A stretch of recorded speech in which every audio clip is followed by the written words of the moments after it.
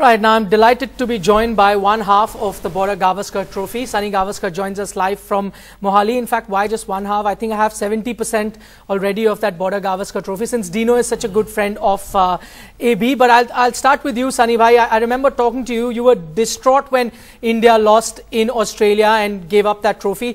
Your first reaction on winning the trophy that bears your name, India reclaiming that trophy? Absolutely delighted. Absolutely over the moon because it's the manner in which they have won. They have not scraped out victories. They have won by handsome margins both in the first two test matches. And over here, although they made it a little bit close, don't forget that Australia had scored 400 runs in the first innings, and to overhaul that and to win in the manner that they did. And remember also the first test play was totally washed out. I think these are absolutely fantastic victories, wonderful for Indian cricket. And I hope that this is just the momentum that the Indian cricket needs as they go on to the future. Right. We lost one day, like you mentioned, day one.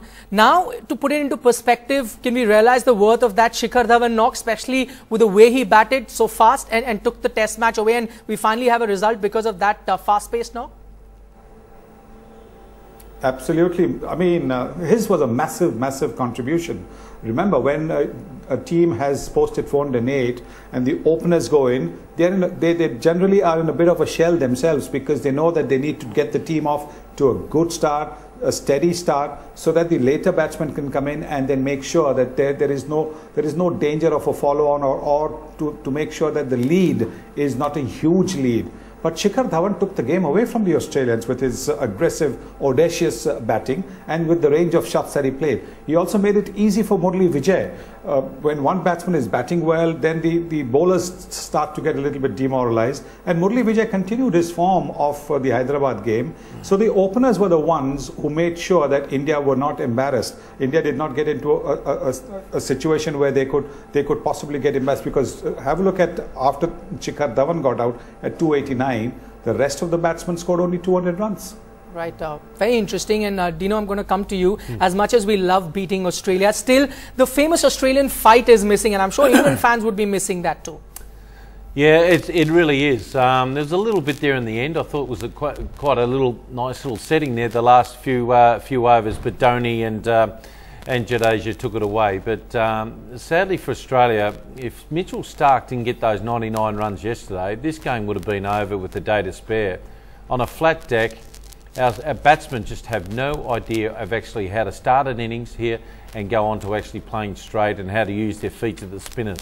They're completely out of their depth. They're just getting absolutely belted at the moment. And like Sonny was only a couple of years ago, feeling very upset. I saw him in the media box. He was down and out. Well, I know how it feels now, mate. It's really ugly. Right, I know. Last time Australia lost to a team 3-0 was way back in 1988. Yeah. And guess who was part of that team? Dean Jones, who's right here.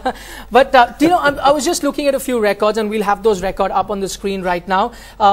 Losing the fight and losing a test match is one thing. I'm just looking at Australia's record in India. The last test match they won here was way back in 2004, that win in Nagpur that gave them that series after 35 years. Yep. But ever since that time, they've played 10 test matches and have not been able to win a single test match. So it just can't be one series. There's something drastically wrong in the way Australians are preparing for the Indian subcontinent. Yeah, half the games played between the ears, and we're about to go to Feroz Kotla, where they haven't won there since 1959. Over 6 test matches. So, and it's been a turner's track. It'll spin just like Mohali, and the great man there, Sunny Gavaskar, has made plenty of runs on that. He knows exactly how this pitch will play. And the Australians, for whatever reason, psychologically, with the bat, with the ball, just haven't really worked their way out. They had to actually work through it and to win here. The England boys did it. They did it very well. But I think over here in India, you need to have good bowlers who can reverse swing the ball. I think that was proven today by Starc and Siddle. I thought they were superb today. They were really well. But you still got to have 2 good frontline spinners. And, you know, there's one great man, Shane Warne was brilliant there for a while, and so was Stuart MacGill there for a while. But we just haven't had the opportunity to develop young spinners, mainly because of our first-class pitchers at home, who tend to be green seamers. And none of our young guys really know how to learn to bowl on hard, dry decks like we just had at Mohali. So that's basically the reason, just not good enough. Right, good spinners is one thing that you definitely need, and unfortunately Australia don't seem to have any of those. Also, Sunny, I'm going to come to you now. Many are also saying that, you know, India may be 3-0 up, but this is not the best Australian team to have come and taught India. Would you agree with that? And I'm going to support what I'm saying by a few graphics that we've got. In fact, if you look at the way Australia came to play in India, they had a very good run. They, in fact, played 9 test matches, didn't lose they lost only 1 test match, and that too to the world #1 team, South Africa. So stats show that they aren't as weak as people are presuming they are at the moment. Well, you know, I mean, at the end of the day, you can't pick the opposition team. You know, you've got to play what the opposition puts on the field, and that's what the Indians have done. So I don't think we should be, you know, looking at whether this was the weakest team or whether this was the strongest team. Look, a win is a win is a win. Just like 100 is 100 is 100. I know a lot of people tend to sort of discount the 100s that are made against Bangladesh, but look at some of the world's topmost players who actually haven't got 100 against Bangladesh. So what does that tell? It's not easy.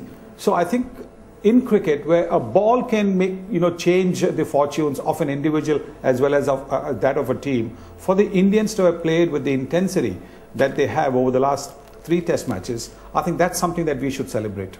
We are celebrating India's win, but if I had to ask you personally, do you think over the years this is the weakest team to have come to the Indian shores, an Australian team?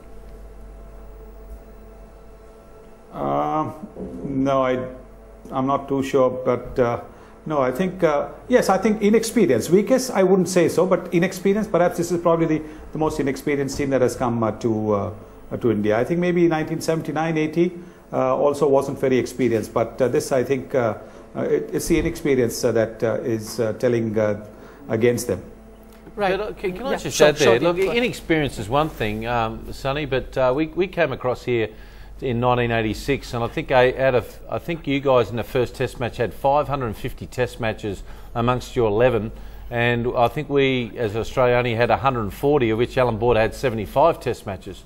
I think the greatest learning curve that the Australians should have done here, the experience, was the fact that we had 1 month here in India learning on your pitches. I think these young guys coming over here haven't had a lot of runs behind their belt, but they needed to be here for 3 weeks to really understand how to play on these pitches. Right. So the preparation was a big problem too. Final question, we're running out of time, and I'm going to go to Sunny Gavaskar live from Mohali. Sunny bhai, we here watching the match in the end were biting our nails because it looked like it could end up in a draw. But were you confident? Were you confident of the cool persona that MS Dhoni has, and especially after the fact that he's mentioned he likes to take the game to the end? Well, don't forget that the Indians play the most number of T20 games, and they are faced with this situation pretty much day in, day out in every single IPL game that they play. So they are pretty experienced in handling a situation where about 9 runs or 10 runs are required. And there really was not that kind of a situation. India was always ahead in terms of the number of runs required and the number of balls that were going to be bowled. So I don't think that was ever going to be a problem. Yes, I think when you look at number of overs, then you tend to think, oh, only 3 overs left. But 3 overs are 18 balls. And 18 balls, if you've got to score 13 runs, I think that really is a walk in the park. And that's how it eventually turned out to be.